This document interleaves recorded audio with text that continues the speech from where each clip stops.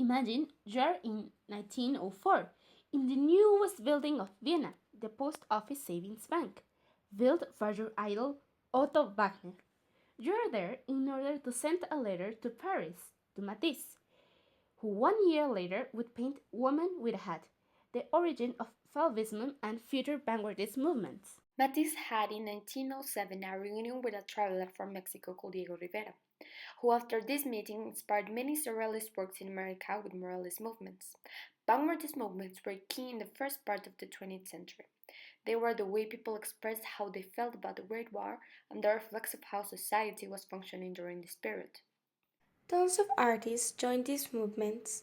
People like Salvador Dali, icon of surrealism, Marsden Hartley, who experimented various movements including Fauvism, Expressionism, and Cubism, Marcel Duchamp, originator of Dadaist movement, and Achille F. Clint, creator of abstract art.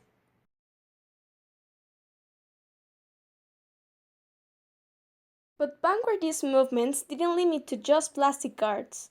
They were present in all fine arts. For example, in Germany, experimental theater developed in 1913 with the first presentation of Debussy, which marked the beginning of German Expressionism. This big arrangement of arts didn't limit to just Europe and America. In Asia, for instance, Qi Baishi, a very representative Chinese painter, formed part of the anti-imperialist movement of May 4th and was president of the China Arts Association. This helped Asian people to know more about Occidental cultures. However, Asian people were having improvements by themselves, such as the first animated movie in the world that was released in Japan in 1916. As we can see, it was a time of people expanding their horizons. Many European artists traveled to Asia or America during the interwar period and influenced art movements in the area around the 1920s. For example, Charlie Chaplin visited Bali in 1930. In America, trends from Paris inspired indigenous art. This was the beginning of a cultural diversity between continents. In Asia, the Imperial Hotel in Tokyo was designed by Frank L. Wright, an American multi talented architect. Finished its construction in 1922, and the University of Fine Arts in Vietnam was built in 1925 under French influence. Around this time, art in America started having its highlight with artists like Rufino Tamayo. In 1926, he was able to show Mexico's culture during a presentation in New York. The chaos of World War I and World War II led many continental artists to emigrate to the United States. One effect of this increased European influence was the gradual emergence of a school of abstract art. But it wasn't the only school involved during this period. A girls' school was the headquarters of the Bolshevik, where Isaac Brodsky made Lenin's portrait at the Institute in 1930. Art continued to develop in other fields. For example, one of the most famous pictures of the 30s was taken in 1936 by Dorothea Lange in California. This photograph, called My Grandmother, reflected the cruel result of the Great Depression in the United States. It created awareness of the poverty situation. The same year, Roosevelt created a WPA program to help unemployed artists. That made a big difference for the artistic community. At the same time, in Mexico, the muralist movement was being held by artists like Siqueiros.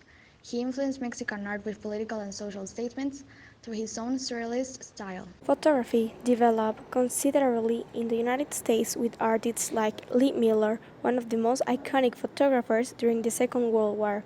Her work was able to show people the impact of the war. However, she had to face a misogynist environment. Back in Europe, the Second World War conflict was forming, and one of the most iconic paintings of Picasso was being developed.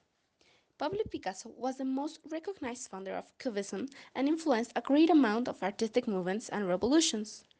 Guernica was painted in 1937, and it became extremely important in art history, the Spanish Civil War, and the beginning of the Nazis' atrocities. Meanwhile, in Asia, the first colored movie in the Bollywood history, called Kisan Kana, was being published. That marked the start of a new cinematographic era. The 40s were years of experimenting.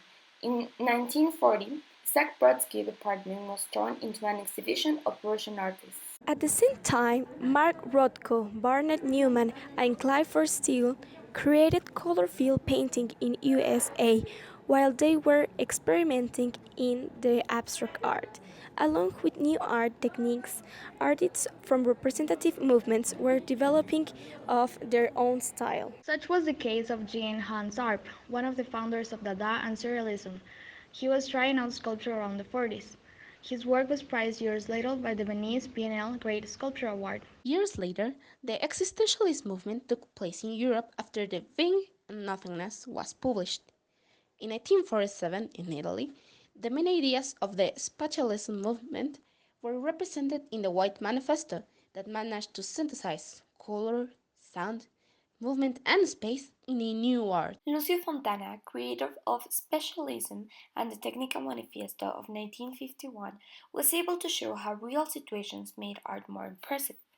All these creative developments of art led to the beginning of a great art decade, since artists were more inspired to try bolder new things. Right into the 50s, in 1953, Abstract and Fantasy, How to Understand Non-Figurative Painting exposition took place at the Museum of Modern Art in Tokyo. It was presented by Kansuke Yamamoto, a distinguished photographer and poet whose surrealist work expanded the art present in Asian culture. A year later, the Gutai Group was founded by Hiro Yoshishima. The Good Type movement is an important part of Asian art history because it broke the conventional formats of Western and Eastern conventions. Yoshihara was internationally awarded for his work. The Gutai ideology became one of the most important post-war movements, representing the artistic highlight Asia was living in the 50s. Jackson Pollock's death in 1856 affected somehow the artistic community in America because he was one of the first persons who started challenging the limits of art, abstract art. But even then, the 60s were times of challenge. In 1860, the term performance art was used for the very first time in the United States. It is described as an event with the participation of musicians, filmmakers, and others. A more art-involved society began all around the world. In 1964, The Son of a Man was painted by Magritte as a self-portrait reflecting how he felt as functioning human being in a European society. At the same time in Asia, the Yoyogi National Gymnasium was designed by Kenzo Tang. With the largest suspended roof span at the time, it is now considered one of the most iconic progressive architecture icon because of how it combines modern and traditional Japanese architecture style. Tanage is now considered one of the most influential architects of the 20th century due to the creation of a new architecting model after the Japanese metabolism movement. The end of the 60s and beginning of the 70s marked a huge impact in the Asian art history. The Dansekwa, meaning monochrome painting, movement started developing the new contemporary Korean art. At the same time, the Cultural Revolution was taking place in China. When Mao Zedong, a communist, rose in power, he destroyed all the art previous to his government with the justification that this sort of art was in opposition to his ideologies. This meant a colossal loss of culture in China. New movements and ideologies were spreading throughout the world. For example, a school in Germany, New Leipzig School, started the new style inspired in Cubism and Expressionism around 1977. The German New Expressionism, including paintings like Sinking Helmets by Markus Lüpertz. This post-war art inspired new techniques like graffiti. Just as paintings were getting more surreal, several art movements looked for the contrary effect. In America, photorealism was created in 1970 in an attempt of reproducing images as realistic as possible. Surrealism found new techniques and icon artists like Leonora Carrington, a British-born painter and sculptor that nationalized as Mexican.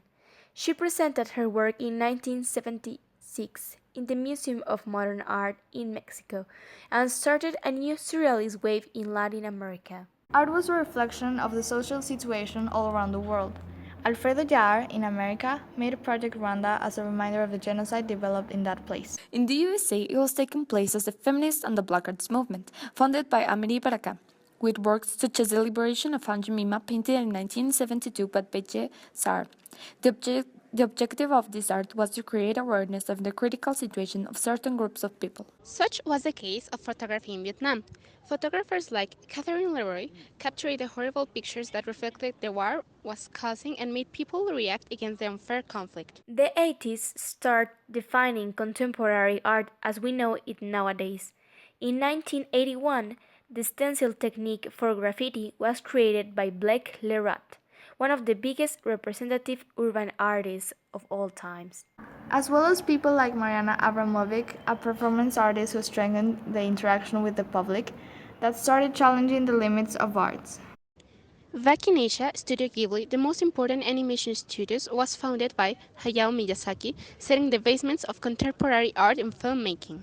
A few years later, in 1988, Deconstructivism was brought to notice in Parc de la Villette architectural design competition in New York, organized by Philip Johnson and Mark Vigley. At the same time, young British artists in London started a series of artist-led exhibitions held in warehouses and factories. The last remarkable movement was called Installation and was represented with artists like Nam June Paik and his electronic superhighway exhibition in Hawaii in 1995, which revolutionized the media and still follows in the 21st century. 3 years later, the tallest skyscrapers of the time were finished in Kuala Lumpur, Malaysia, with a maximum height of 452 meters. The 90s closed with the creation of Stuckism back in Europe by Billy Childish and Charles Thompson to promote figurative painting as opposed to conceptual art. In conclusion, art in the 20th century can be identified by a variety of movements, techniques, and ideologies. It represents the times of changing and experimenting, but most of all, a falling of the square thinking that defined art in the 19th century.